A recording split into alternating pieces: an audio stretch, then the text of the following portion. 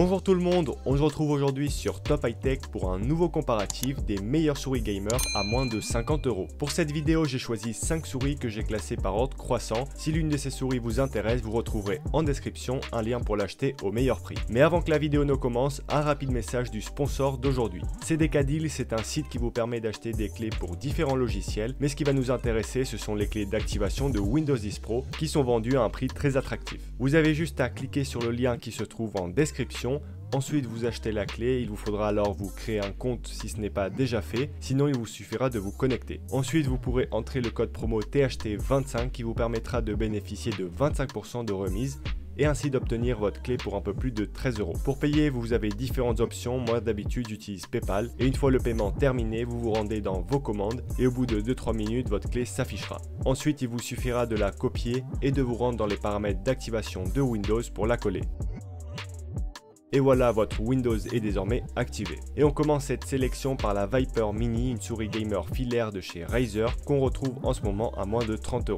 Cette souris ultra légère de seulement 61 grammes vous permet de réaliser des mouvements encore plus rapides, favorisés également par ses patins en PTFE glissant sur n'importe quelle surface. De par sa taille, elle est plutôt adaptée aux petites et moyennes mains, mais également à tous les joueurs qui recherchent une prise en pince, claw grip en anglais, ou du bout des doigts, fingertip en anglais. La Viper Mini embarque un capteur optique de 8500 dpi ainsi que 6 boutons programmables grâce au logiciel Razer Synapse 3. Cette souris embarque des switches optiques avec un temps de réponse de seulement 0,2 millisecondes et résistant jusqu'à 50 millions de clics. Finalement, qui dit souris gamer dit rétroéclairage.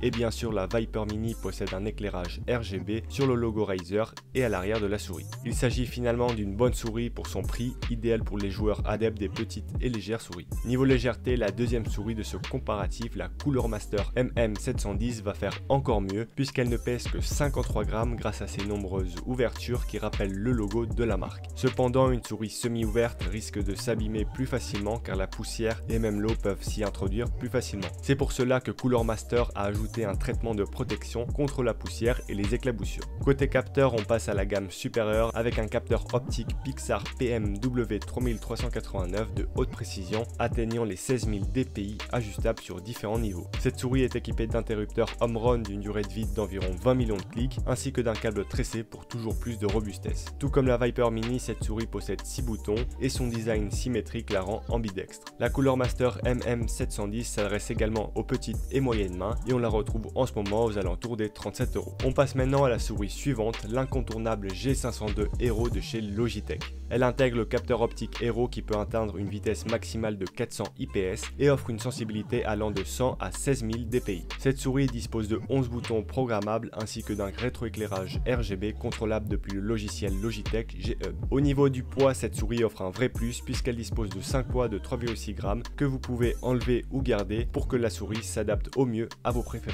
Habituellement, on la retrouve autour des 50 €, mais j'ai trouvé une offre sur Cdiscount où elle est vendue à seulement 39 €. Globalement, il s'agit d'une excellente souris, adaptée à tout type de main et d'utilisation. La souris suivante nous vient de chez Roccat et il s'agit de la Burst Pro. Elle embarque un capteur optique Roccat All Eye qui, comme la G502 Hero, atteint les 16000 dpi et une vitesse maximale de 400 IPS. Elle intègre 6 boutons personnalisables et un rétroéclairage original qui ajoute un vrai plus à cette souris, le tout étant programmable depuis le logiciel Roccat Neon. Vous pourrez garder cette souris pendant de nombreuses années puisque les switches Roccat Titan Optical peuvent résister jusqu'à 100 millions de clics. Côté poids, il s'agit d'une souris également très légère avec ses 68 grammes, ce qui facilitera vos mouvements, aidé aussi par les patins en PTFE et un câble qui se veut pliable, souple et léger, se rendant presque invisible lorsque vous l'utilisez. Cette souris offre de bonnes caractéristiques pour un prix intéressant de 47 € sur Amazon. Et on arrive à la dernière souris de ce comparatif, toujours chez Roccat avec la Kone Aimo version 2. Cette souris est une version améliorée de la souris la plus vendue en 2007, la Kone Aimo. Elle reprend son ergonomie tant appréciée, mais l'affine pour un niveau de confort et de contrôle plus élevé. En effet, elle dispose d'une zone de pouce améliorée avec notamment un bouton idéalement placé. Côté capteur, on reste sur le All Eye avec ses 16000 dpi